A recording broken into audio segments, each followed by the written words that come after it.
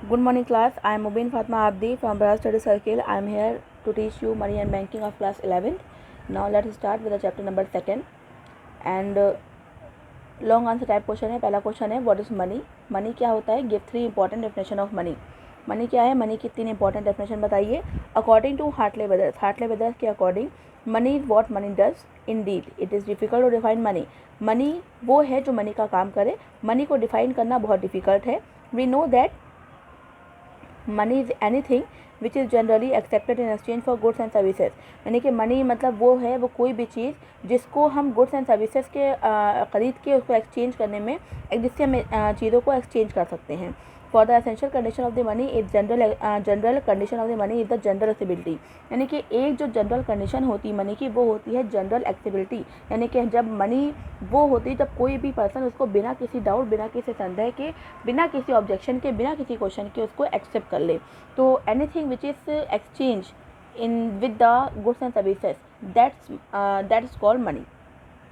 यहाँ पे डेफिनेशन आपको बताई जा रही हैं. पहली डेफिनेशन है definition based on general acceptability. General acceptability के बेसिस पे कौन सी डेफिनेशन है? According D.H. रॉबर्टसन ने बोला है a commodity which is use to denote anything which is widely accepted in payment of goods और discharge of other business obligation is money. यानी कि वो कोई भी कम्युनिटी जिसको हम वाइडली एक्सेप्ट करते हैं गुड्स एंड सर्विसेज को पेमेंट करने के लिए, गुड्स एंड सर्विसेज का पेमेंट करना है या उसको एक्सेप्ट रिसीव करना है, तो वो कोई भी चीज़ जिसको हम एक्सेप्ट करते हैं उसको हम मनी के तरह डिनोट करते हैं. Now the next definition is descriptive और फंक्शनल डेफिनेशन. इस डेफिनेशन में मनी के फंक्शंस के बारे में आपको डेफिनेशन बताई जा रही है. This definition give importance to describe the function of the money. यानी कि ये डेफिनेशन आपको मनी के फंक्शन के बारे में डिस्क्राइब करती है. इस definition of this category describe only the function of money. यानी कि इस कैटेगरी में जितनी भी डेफिनेशन आती है वो सिर्फ और सिर्फ मनी के जो फंक्शंस होते हैं उनके बारे में ही आपको बताती हैं. अकॉर्डिंग टू वेटलेसे के according if a particular unit is commonly employed If a particular unit is commonly employed to state value, exchange goods and services or perform other function, then it is money. यानी कि वो कोई भी चीज़, कोई भी particular unit जो कि लोग स्टेट वैल्यू पे, एक्सचेंज वैल्यू पे, गुड्स एंड सर्विसेज के जो फंक्शन परफॉर्म कर रही है, या वो कोई भी लीगल और फिजिकल जिसमें कैरेक्टरिस्टिक पाई जाती हैं, यानी कि वो कोई भी काम जो लीगली वो कर सकती है, एक्सेप्टेशन हो सकता है, वो आपकी मनी होती है. फिर आपका आता है legal definition. The legal definition include only the legal tender of the money. यानी कि इसके अंदर लीगल टेंडर मनी के बारे में आपको बताया जा रहा है कि वो मनी जो लीगली आपको अनाउंस करी जाती है वो आपकी लीगल डेफिनेशन के अंदर आती है. अकॉर्डिंग टू हॉल्ट्रे बोलते हैं there are 2 aspects of the money. Firstly it is the unit of the account and secondly it is the legal tender. यानी कि एक ऑफ यूनिट ऑफ अकाउंट होता है, यानी कि ये इससे आप चीज़ों को काउंट करते हैं, और सेकेंडली ये आपकी लीगल टेंडर होती है, यानी कि वैधानिक मुद्रा होती है, सरकार की तरफ से अनाउंस करी हुई, इशू करी हुई जो चीज़ होती है वो मनी होती है. यहाँ पे आपको तीनों डेफिनेशन अलग अलग चीज़ों की आपको एक्सप्लेन कर दी गई है. नेक्स्ट क्वेश्चन आपका आता है money the good servant but a bad master. Money एक अच्छा सेवक है परंतु बुरा स्वामी है. इस स्टेटमेंट के बारे में बताइए.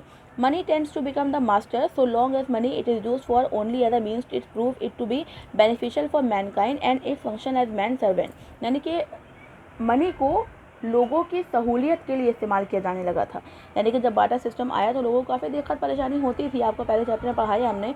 लेकिन जब मनी का इंट्रोडक्शन हुआ तो बाटा सिस्टम के सारे डिमांड्स जो थी वो सब ख़त्म हो गई थी, और मैनकाइंड के बेनिफिशियल के लिए मनी जो है वो लोगों के लिए सर्वेंट की तरह काम करती थी, उनके हेल्प के लिए काम करती थी. लेकिन when money become as the ultimate and it become harmful for the entire economy. लेकिन जब मनी लोगों के ऊपर सवार होकर चलने लगती है और उसका कोई सीमा नहीं होती है, तब मनी पूरे इकोनॉमी को के लिए हार्मफुल हो जाती है. यहाँ पे आपको कुछ सोशल लेवल यानी कि नुकसान बताए जा रहे हैं. पहला आता है money is directly responsible for the decline of the spiritualism in modern society. यानी कि मनी पूरी तरह से डायरेक्टली रिस्पॉन्सिबल है कि हमारी जो मॉडर्न सोसाइटी का जो स्पिरिचुअलिज्म है, यानी कि जो हमारी सभ्यता है, हमारा जो धार्मिक जो स्तर है, वो मनी की वजह से गिरता चला जा रहा है. Money has encourage greed. Money ने लालच बढ़ाई है. Money has encourage the theft fraud, डकैती एंड मर्डर. मनी की वजह से जो आपके फ्रॉड है, डकैती है, मर्डर है, ये सारे सिस्टम होने लगे हैं, जिसकी वजह से लोग लालच में सारे काम करने लगे हैं. Money create the desire to house more and more. यानी कि मनी ने ज़्यादा से ज़्यादा कमाने के लिए दूसरों को एक्सप्लॉइट करना शुरू कर दिया है। Money has become the root cause of many economic social evil, यानी कि अब मनी जो आपके सोशल और इकोनॉमिक एवल है यानी कि नुकसान है उसका काफ़ी हद तक एक जड़ बन गई है। It has resulted in a serious decline of the moral standard, जो हमारे मॉरल स्टैंडर्ड है यानी कि हमारे जो हमारी सभ्यता है उसको डिक्लाइन करने में मनी काफ़ी हद तक पॉसिबल है, यानी कि उसकी रिस्पॉन्सिबल है। In fact money has become a curse for society, but लेकिन ये कहा जाता है कि मनी सोसाइटी के लिए कर्स सी बन गई है, यानी कि एक अभिशाप बन गई है। But the fault lies not in money, लेकिन जो गलती है, जो चीज़ें गलत बताई जा रही है वो मनी के अंदर नहीं है, बल्कि मनी को यूज़ करने का जो ह्यूमन बीइंग का एटीट्यूड है वो गलत है। मनी गलत नहीं है, मनी को यूज़ करना गलत है।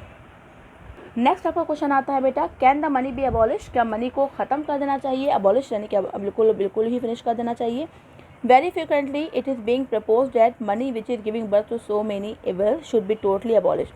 यानी कि जिस तरह से हमने ऊपर इसके जितने एविल्स पढ़े हैं, जितने डिमेरिट्स पढ़े हैं, उनके अकॉर्डिंग मनी को पूरी तरह से डिस्ट्रॉय कर देना चाहिए, अबॉलिश कर देना चाहिए। But if the whole situation is analysed judicially and impartially, it will be very clear that the money is a kind of the dead item, यानी कि जब हम बिल्कुल जुडिशली देखा जाए और इम्पार्शली यानी कि पार्शलिटी ना करते हुए देखें तो ये चीज़ काफ़ी हद तक क्लियर है कि मनी एक डेड आइटम है और कोई भी इसमें खुद के अंदर मनी के खुद के अंदर कोई कमी नहीं है।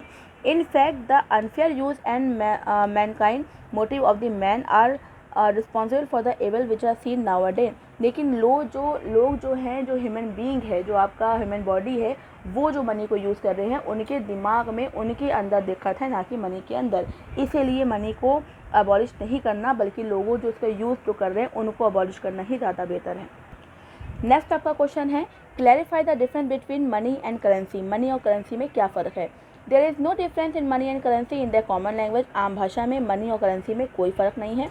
But in fact the use of both of this word that is done in different meaning, following are the main points of difference in the two words, यानी कि यहाँ पे कुछ कमर्शियल लैंग्वेज में दो शब्द बताए जा रहे हैं जो कि यहाँ पे आपको मीनिंग बताई जा रही है। Meaning vast concept, origin, accessibility.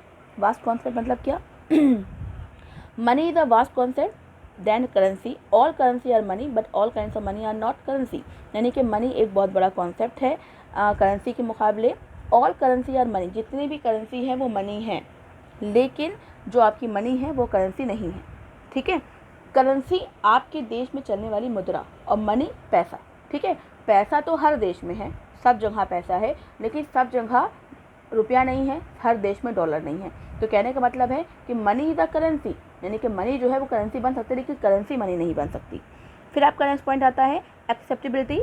Public can not be compare to accept to money credit paper if acceptance depend upon the will of the public, यानी कि पब्लिक जो है वो क्रेडिट पेपर को एक्सेप्ट करने के लिए बाउंड नहीं है, ये पब्लिक के विल के ऊपर डिपेंड करता है। ठीक है, मनी यानी कि मनी आपकी पेपर मनी भी होती है, क्रेडिट मनी भी होती है, चेक होते हैं, ड्राफ्ट होते हैं, तो पब्लिक मनी को एक्सेप्ट करने के लिए बाउंड नहीं है, लेकिन पब्लिक करेंसी को एक्सेप्ट करने के लिए बाउंड है जो सरकार ने इशू करी हुई है।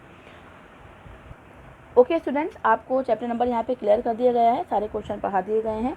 कोई भी क्वेरी, कोई भी प्रॉब्लम, कोई भी इन्फो, कोई भी आपको प्रॉब्लम हो तो प्लीज़ मेरा ऑनलाइन क्लास अटेंड करें, वहाँ पे आपकी क्वेरी को सॉल्व कर दिया जाएगा। Thank you so much.